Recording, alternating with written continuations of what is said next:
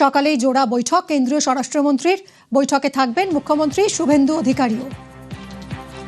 গুরুত্বপূর্ণ দুটো বৈঠক রয়েছে আজ কেন্দ্রীয় স্বরাষ্ট্রমন্ত্রী অমিত শাহের। আজই তার বঙ্গ সফরের শেষ দিন, শিলিগুড়িতে শাহী সফরের শেষ দিন। সকালেই জোড়া বৈঠক কেন্দ্রীয় স্বরাষ্ট্রমন্ত্রীর।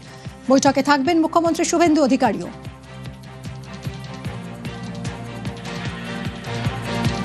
আর এই নিয়ে আরো ডিটেলে জানবো, সরাসরি কথা বলবো। আমার সহকর্মী রয়েছেন সঙ্গে সোমরাজ। সোমরাজ, আজ যে জোড়া বৈঠক রয়েছে তার মধ্যে প্রথম বৈঠকটা আবারও সীমান্ত সুরক্ষা নিয়ে, এবং গতকালই এসএসবির অনুষ্ঠানে অমিত শাহ বলেছেন যে নজরদারিতে আরো জোর দিতে হবে, নজরদারি আরো বাড়াতে হবে। মুখ্যমন্ত্রী শুভেন্দু অধিকারীর অনেক প্রশংসাও করেছেন জমি দেওয়ার জন্য। আজ চিকেন স্নেক নিয়ে বৈঠক। এই অঞ্চলের নিরাপত্তাকে কি একেবারে সর্বোচ্চ অগ্রাধিকার দিচ্ছে কেন্দ্র? আজকের এই বৈঠকে ফোকাস থাকবে কোন কোন ইস্যুতে?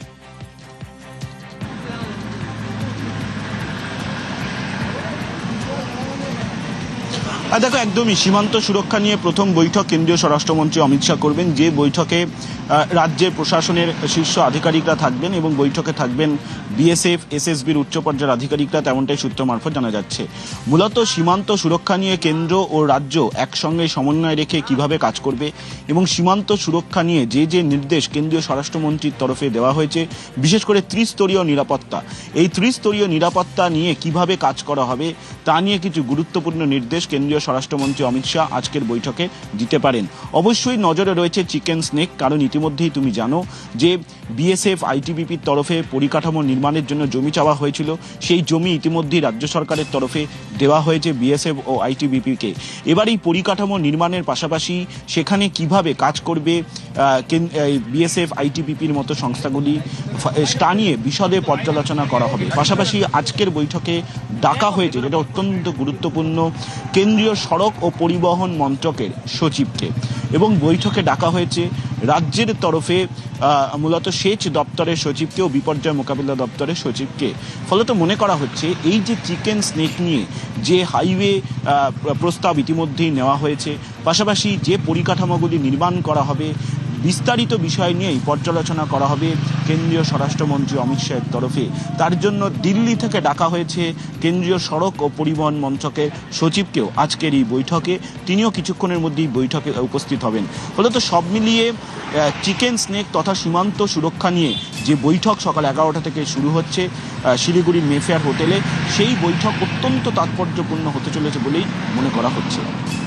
একেবারেই। এবং আজকের যে দ্বিতীয় বৈঠক, একটু পরেই প্রথম বৈঠক শুরু হয়ে যাবে সকাল 11টায়, আর দ্বিতীয় বৈঠক অমিত শাহর এই দ্বিতীয় বৈঠকে ফোকাসে পাহাড় সমস্যা। সোমরাজ, এই পাহাড় সমস্যা যা দীর্ঘদিনের এবং জটিল, ডাবল ইঞ্জিন সরকারের রোডম্যাপ কি হতে চলেছে? জিটিএ কে রেখেই কোনো স্থায়ী সমাধান, নাকি কোনো অল্টারনেটিভ স্বায়ত্তশাসনের পরিকল্পনা? দ্বিতীয় বৈঠক নিয়ে কি জানতে পারছো?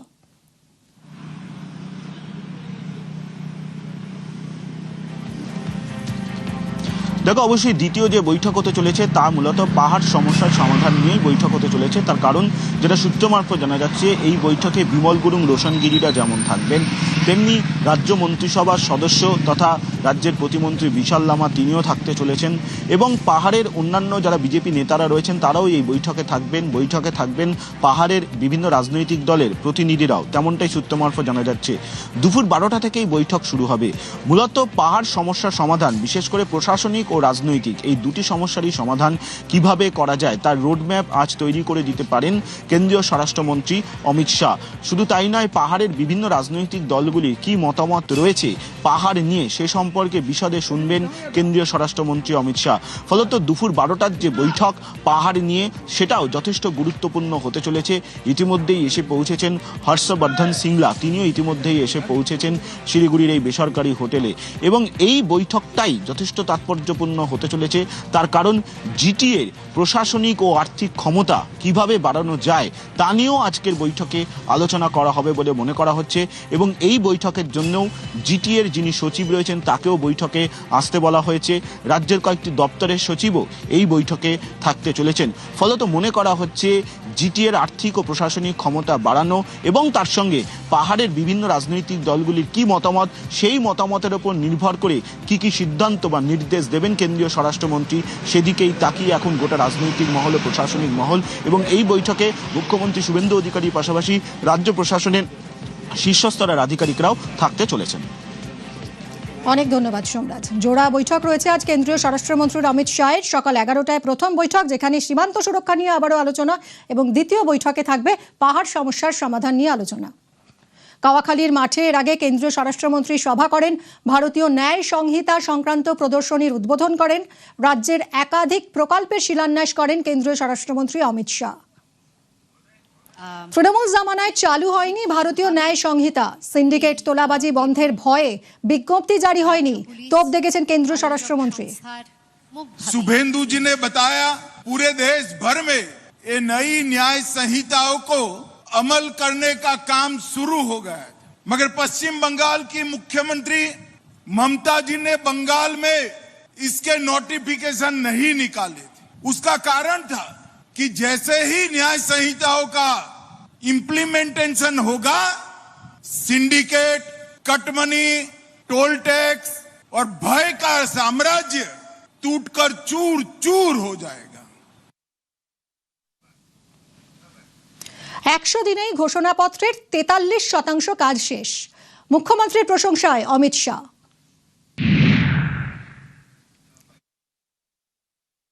100 दिन के शासन में हमारे 5 साल के लिए जो घोषणा पत्र बनाया था, उसके 43% काम शुभेंदु जी ने 100 दिन में पूरा कर दिया है। मैं आप सबकी ओर से शुभेंदु जी को बहुत बहुत बधाई और साधुवाद देना चाहता हूं। ভোট প্রচারে এসে কেন্দ্রীয় স্বরাষ্ট্রমন্ত্রীর মুখে শোনা গিয়েছিল সোনার বাংলার কথা। ভোটে জেতালে সোনার বাংলা গড়ার প্রতিশ্রুতি দিয়েছিলেন তিনি, আর এবার 5 বছরের মধ্যে সোনার বাংলা গড়ার শাহী আশ্বাস।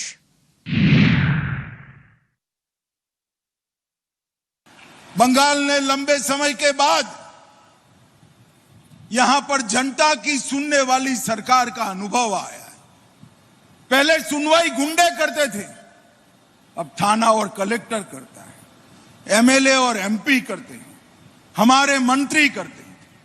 पहले न्याय इनके टोल टैक्स वाले और सिंडिकेट वाले करते थे, अब न्याय अदालत में होता है।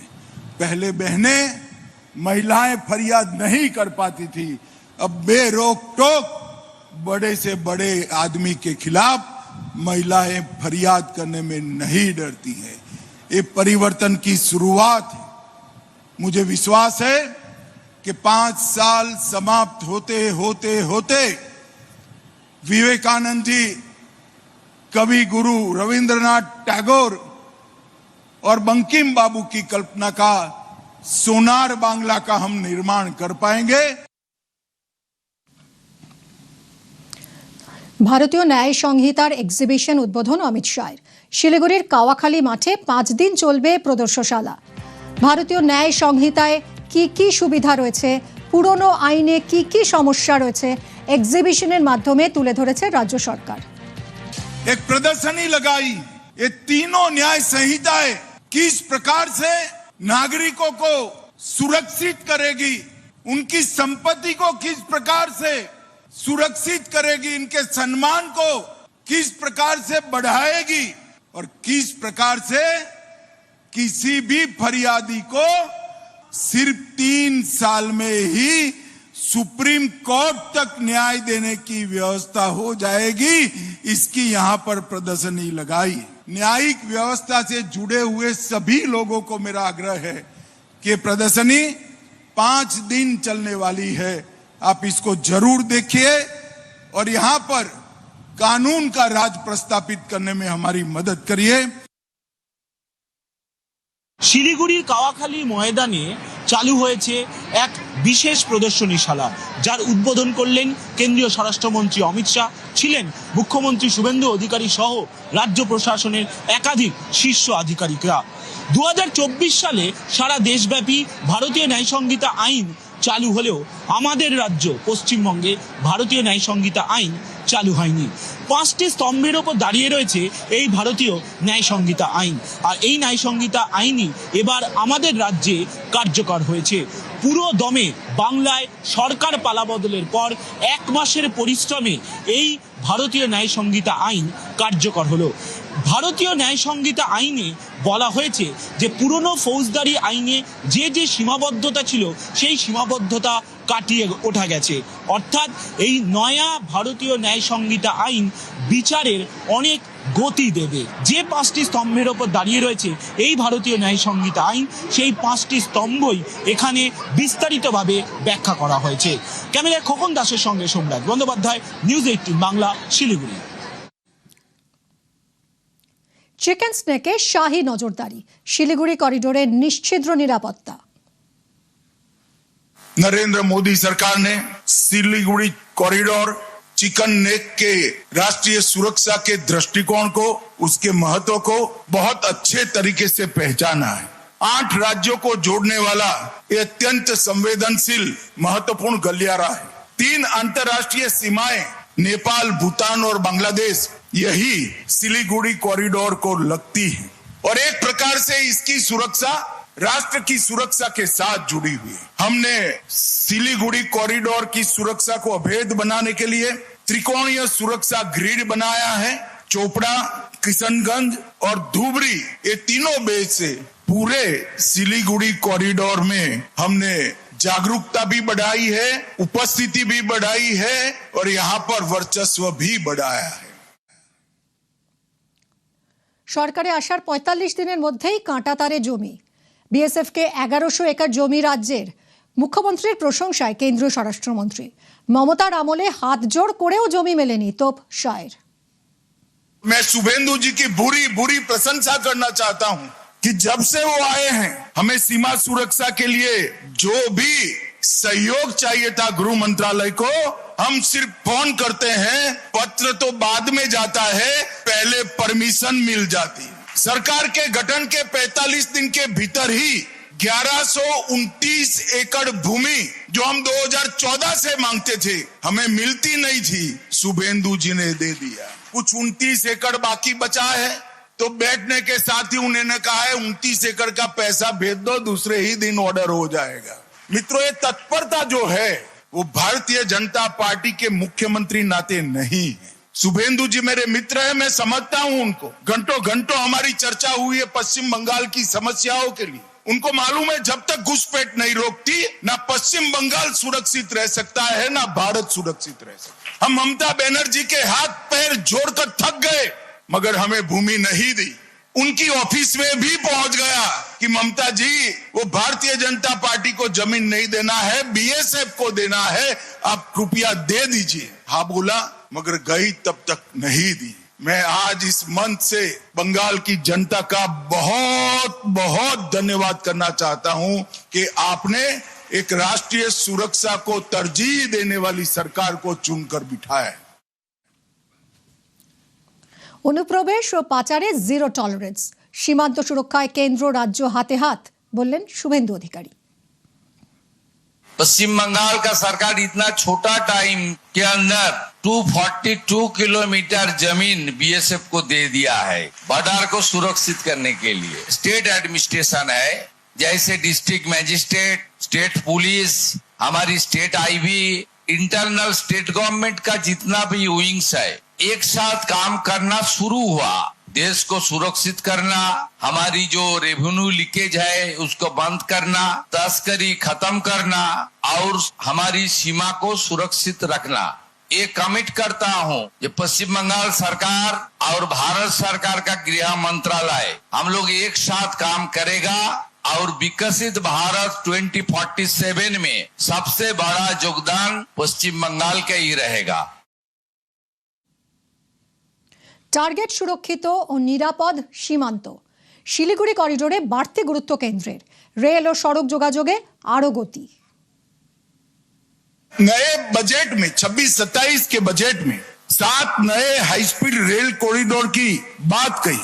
उसमें Delhi Siliguri high speed rail corridor को भी हमने अप्रूव किया है। मैं आज उत्तर बंग और सिलीगुड़ी के सभी निवासियों को कहना चाहता हूं, विमान में जाने की कोई जरूरत नहीं है। दिल्ली से सिलीगुड़ी आप कुछ ही घंटों में पहुंच जाएंगे, सिर्फ 2-3 साल की देरी है। हमने अमृत भारत स्टेशन के माध्यम से सिलीगुड़ी और जलपाईगुड़ी स्टेशन को विश्व कक्षा के बनाए। वाइब्रेंट विलेज कार्यक्रम 2 के माध्यम से न केवल हम गांवों को जोड़ रहे हैं, गांव में बसने वाले भारतीयों को गांव को रोड से जोड़ रहे हैं और गांव में बसने वाले भारतीयों को हम दिल से जोड़ने का कार्यक्रम भी हमने बढ़ाया है। 6,839 करोड़ का परिव्यय की ये योजना एक प्रकार से बांग्लादेश, भूटान दोनों सीमाओं के लिए बहुत बड़ा काम करेगा। सेफ, सिक्योर और वाइब्रेंट लैंड बॉर्डर का हमारा जो कंसेप्ट है उसको हम आगे बढ़ाएंगे।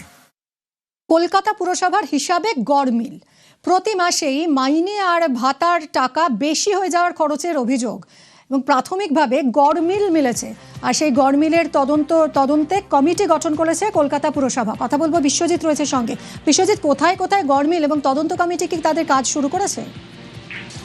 দেখো, ইতিমধ্যেই তদন্ত কমিটি তাদের কাজ শুরু করেছে এবং 5 সদস্যের তদন্ত কমিটি কলকাতা পুরসভার প্রশাসক স্মিতা পান্ডের নির্দেশে সৌম্য ভট্টাচার্য, তিনি কলকাতা পুরসভার স্পেশাল কমিশনার, এই বিজ্ঞপ্তি জারি করেছেন। 2জন অ্যাসিস্ট্যান্ট ইঞ্জিনিয়ার পদমর্যাদার আধিকারিকের নেতৃত্বে 5 সদস্যের এই টিম ইতিমধ্যেই কাজ শুরু করেছে। তারা প্রধান কার্যালয় এবং যে 16টি বড় অফিস রয়েছে সেই সমস্ত জায়গায় যারা কর্মী রয়েছে, মূলত কর্মীদের যে স্থায়ী কর্মী তাদের যে বেতন এবং পাশাপাশি মজুরি এবং ভাতা, এই 3টে খাতে যে খরচ হয় তা চুক্তিভিত্তিক কর্মী, স্থায়ী কর্মী যারা রয়েছেন, অবসরপ্রাপ্ত যারা রয়েছেন তাদের সংখ্যার তুলনায় বেশি খরচ হচ্ছে, এমনটা প্রাথমিকভাবে উঠে এসেছে অভিযোগ এবং সেই অভিযোগের ভিত্তিতে এই তদন্ত কমিটি তৈরি করা হয়েছে এবং তারা খতিয়ে দেখবেন যে এই পুরসভার স্থায়ী যে স্টাফ রয়েছেন বা যারা চুক্তিভিত্তিক কর্মী রয়েছেন এবং যে পেনশন বা অন্যান্য খাতে যে খরচ হয় সেই খরচ কর্মীদের তুলনায় সেটা বেশি হচ্ছে নাকি জাস্টিফাইড হচ্ছে, এই বিষয়টা তদন্ত করে দেখার জন্যই এই কমিটি তৈরি করা হয়েছে। ইতিমধ্যেই আমরা জানি যে কলকাতা পুরসভায় প্রায় 125 থেকে 30 কোটি টাকা প্রতি মাসে খরচ হয় এই খাতে এবং সেটাই সংখ্যার তুলনায় বেশি হচ্ছে বলে কোথায় এই গরমিল রয়েছে সেটাই খুঁজে বের করার জন্য এই 5 সদস্যের টিম তৈরি করা হয়েছে। ধন্যবাদ বিশ্বজিৎ।